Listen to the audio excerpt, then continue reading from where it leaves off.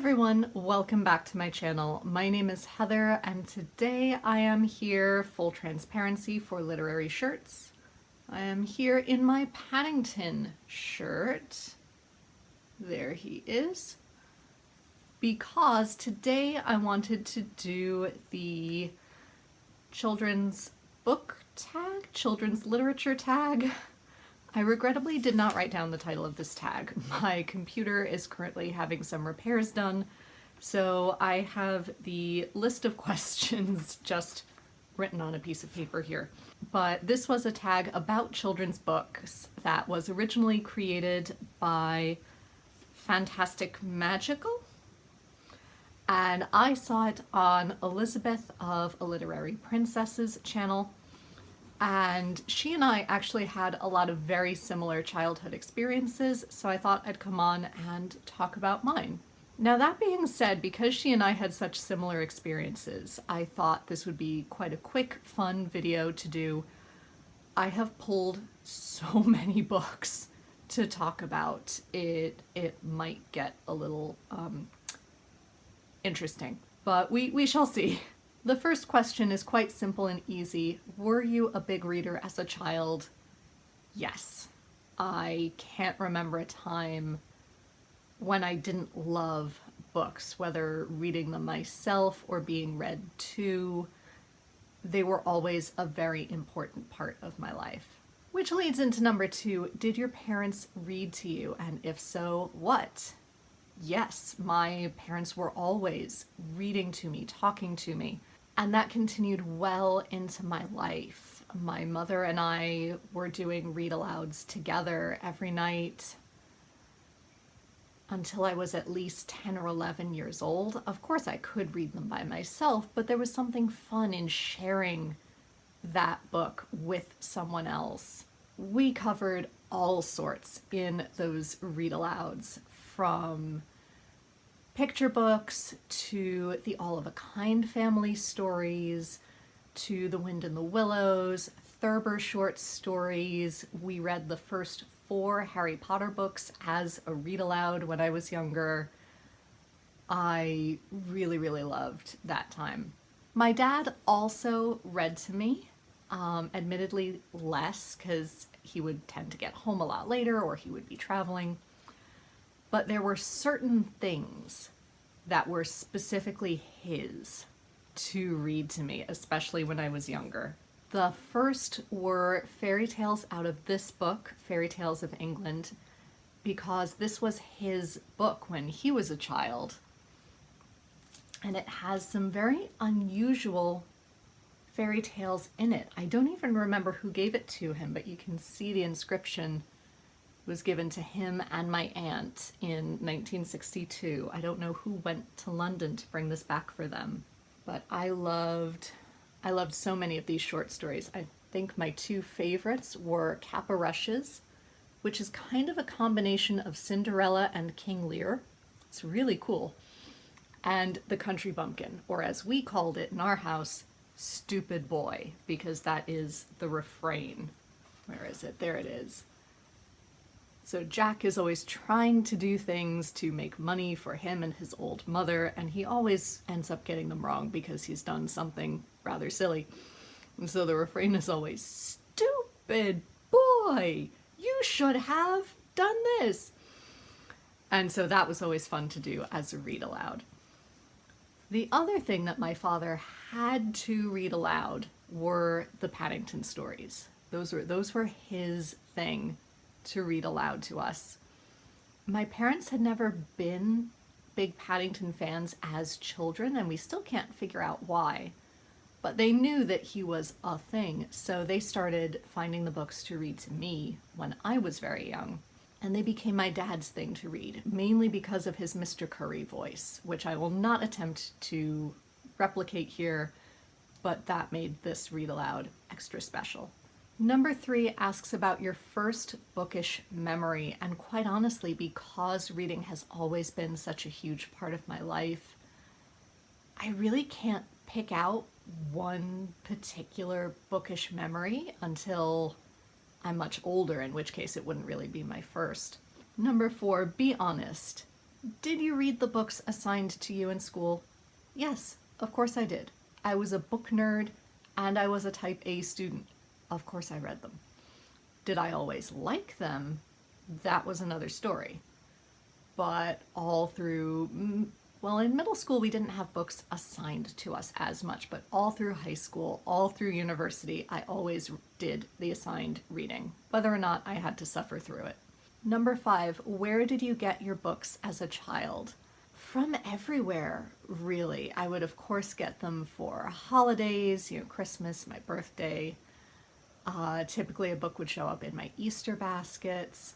But my mother being a librarian, we were going to the library all the time.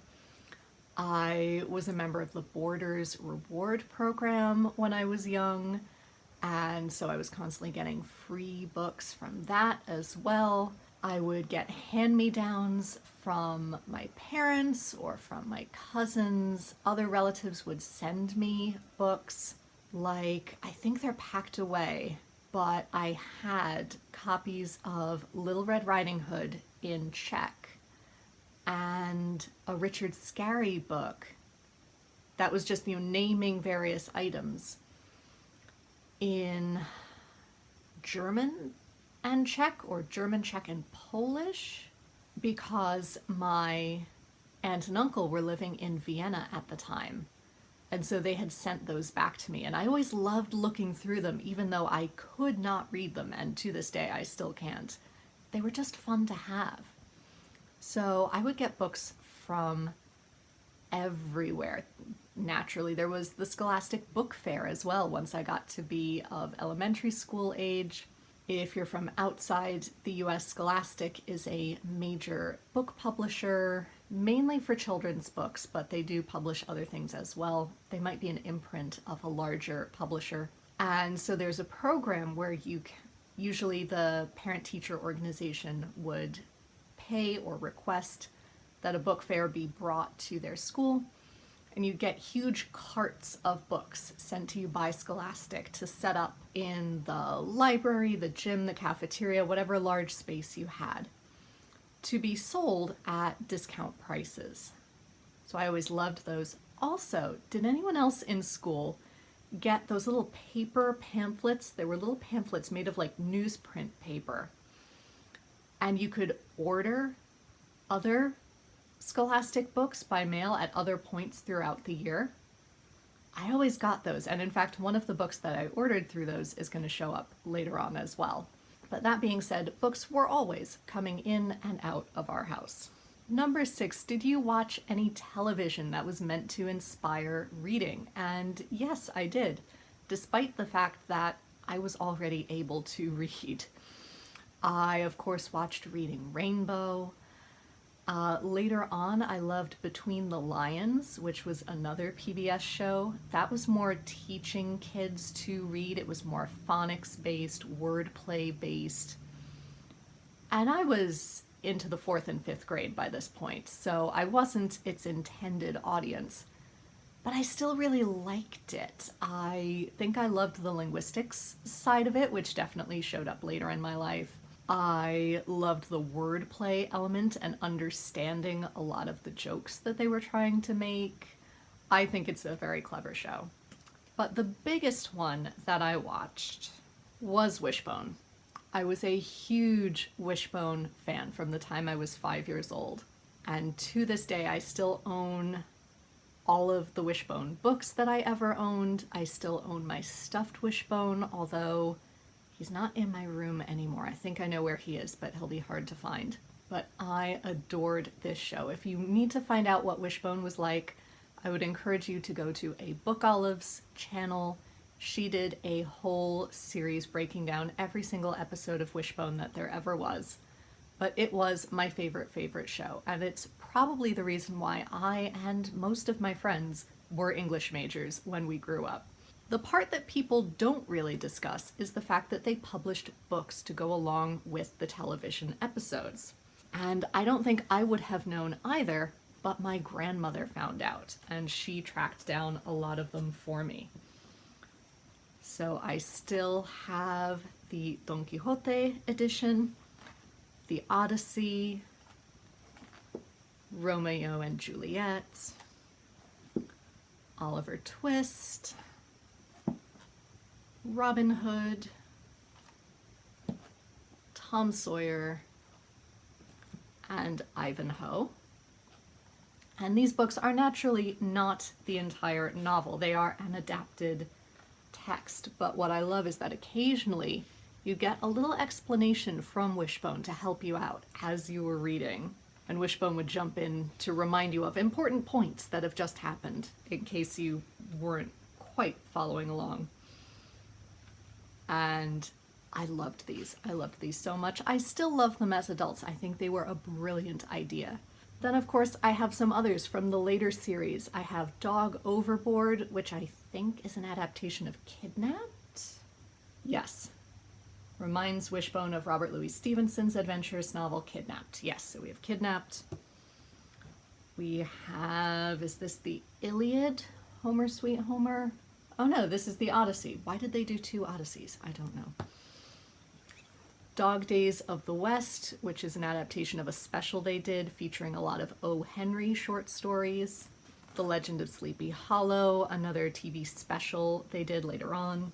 And then they even tried to make a mystery series later on in the series when the kids were much older, as into high school. And so I've got 3 of those. I love these books so, so much, and the show is absolutely brilliant. Question 7, what sort of genres or storylines did you tend to like as a child? And honestly, I think my reading taste hasn't changed that much since I was little. I am still a massive historical fiction person. That is my go-to. Thanks to Wishbone, I loved classics, and I still love classics to this day. I will do fantasy. I think I read more fantasy as a child, especially if it was fairy or unicorn based. I always loved Arthurian-esque tales or Celtic-inspired fantasy, and I still love those to this day. That type of fantasy is just getting harder to find in adult literature. Question 8, what was your favorite children's or picture book? And again, this is hard because I read so many picture books, but one of my absolute favorites to this day is the Church Mice series by Graham Oakley. And I know these are out of print now, but these were a British children's book series about Arthur, who was a mouse who lived in a church, with Samson, who had listened to too many sermons and had taken a vow of brotherly love toward mice. And Arthur was quite happy with where he was, but he was very lonely. And so he sets out to try and find other mice and see if they also wanted to live in the church with him. And all of their adventures going forward with the very kindly vicar.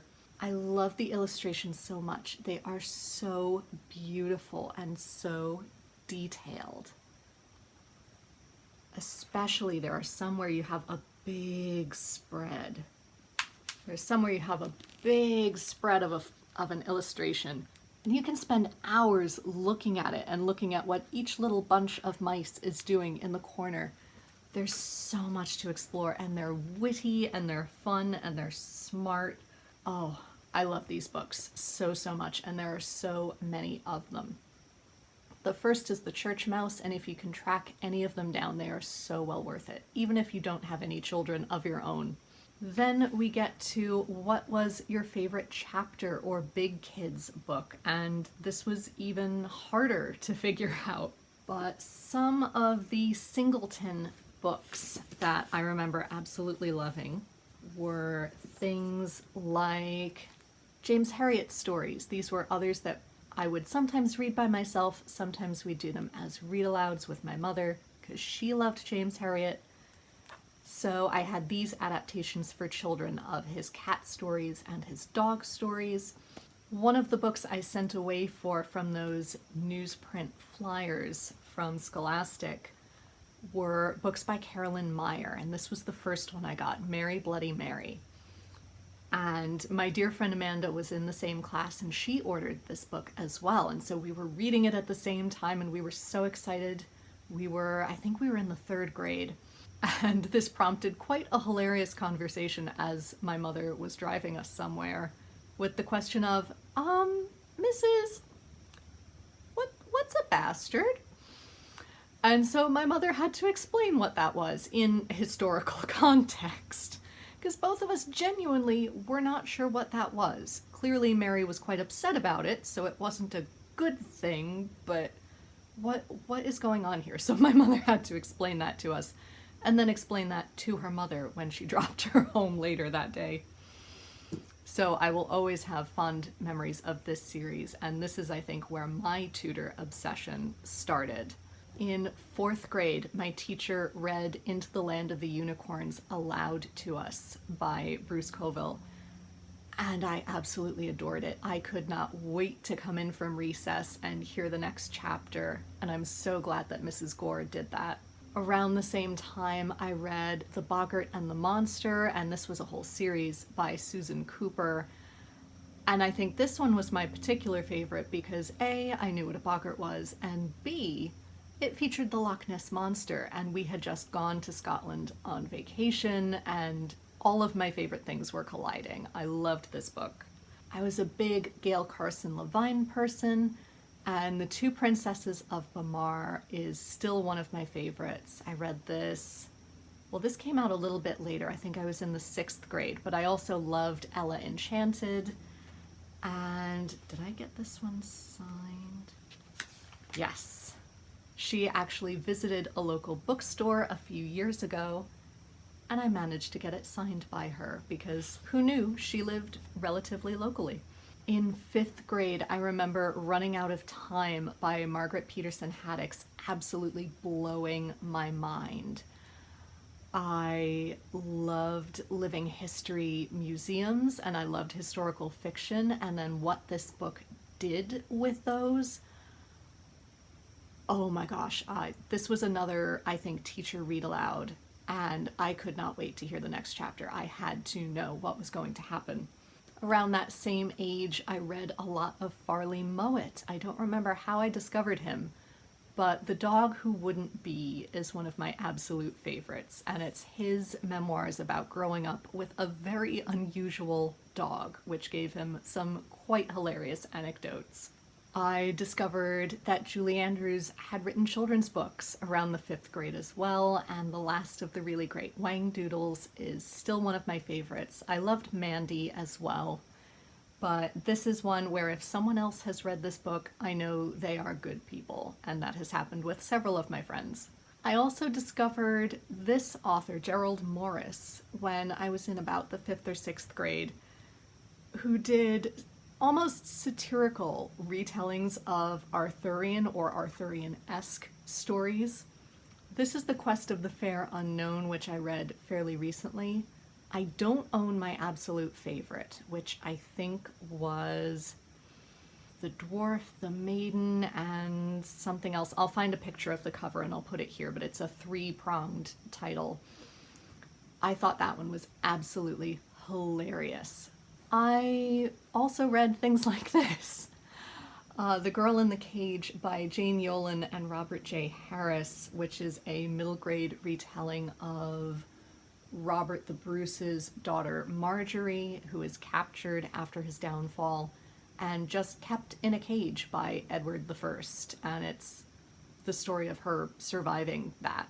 Then we get to favorite children's series, and yes, some of these are technically parts of series or larger bodies of similar work, but there were other series that I had to mention separately. My biggest and most enduring love throughout my childhood were the American Girl books, and I still intend to do my project of reading newer American Girl books. But Molly is where it all started, because I was a Molly. Look at the similarities. And I still have all of my original books in their slipcovers for all of the dolls from the originals through Kaya. And I've been collecting a few others since. I've been collecting Rebecca, Caroline, Marie Grace and Cecile, all of the ones that came out before they changed the book formatting, which will be the subject of that eventual video. I think I would have loved historical fiction anyway, but I think American Girl really kick-started that love of historical fiction. In a similar vein, I also loved the Dear America series for exactly the same reasons. And again, I was slightly older when I was reading these, but I loved them so, so much. I think my favorite is Dreams in the Golden Country, which is the diary of a Jewish immigrant girl to New York City, Zipporah Feldman. I love this book so, so much. But they were all wonderful, and I have several.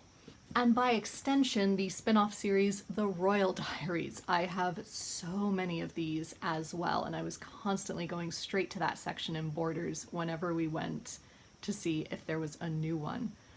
So here, of course, we have my Tudor obsession rearing its head again with Elizabeth I's fictitious diary and Mary, Queen of Scots' fictitious diary.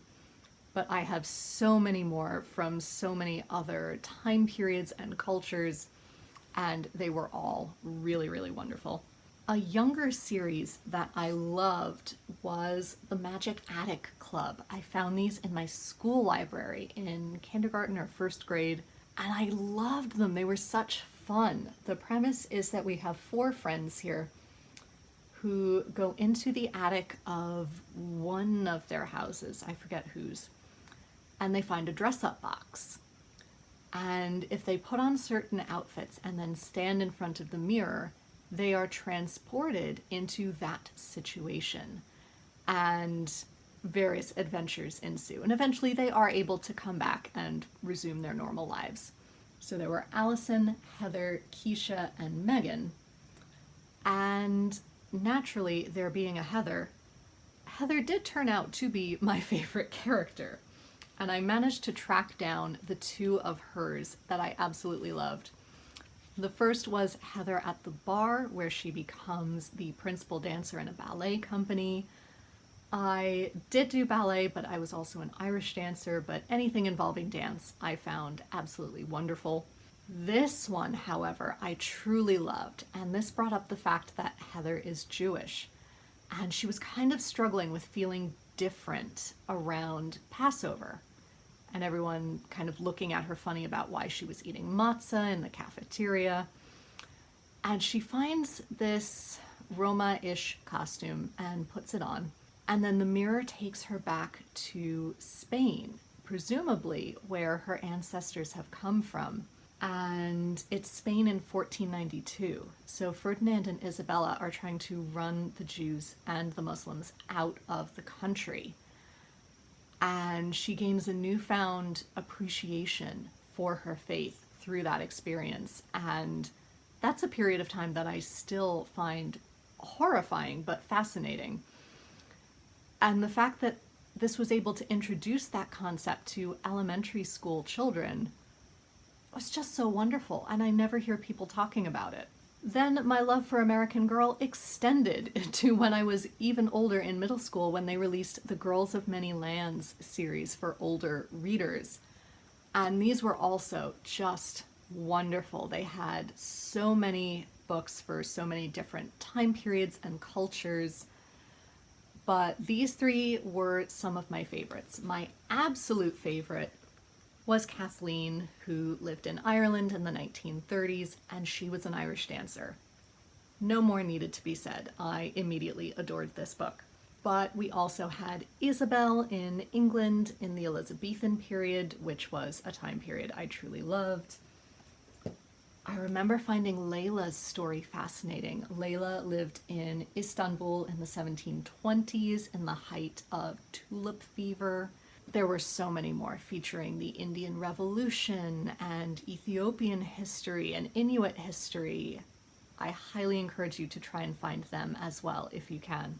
One other series I quickly forgot to mention is the Henry Reed series. This was another read aloud that my mother and I did in around the 5th grade because this was one of her favorite series growing up. The first is Henry Reed Incorporated, where he and his friend Midge from down the road come up with all sorts of money-making schemes over the summer, and they all have hilarious consequences. I think our absolute favorite was the one where he and his aunt and uncle go on a road trip. And the whole reason he's with his aunt and uncle is that his parents are diplomats. So he is always deposited with his aunt and uncle for the summer vacation in Grover's Corner, New Jersey. And he makes friends with a girl down the street named Midge. And there's a beagle who finds them and worms his way into their lives. And they are sweet and funny and just really, really wonderful. And that's enough rambling from me. I do have a few other videos where I talk about some of my childhood favorites, so I encourage you to search my channel and find those if you want to know more. The last prompt is quite simply to tag other people. If you are seeing this video, please consider yourself tagged. I would love to hear if you have done this video down below so I can go and watch it. Or if you also loved any of these books growing up, please let me know. I'm always on the lookout for more kindred spirits. Until next time, be safe, be well, and happy reading. Bye everyone.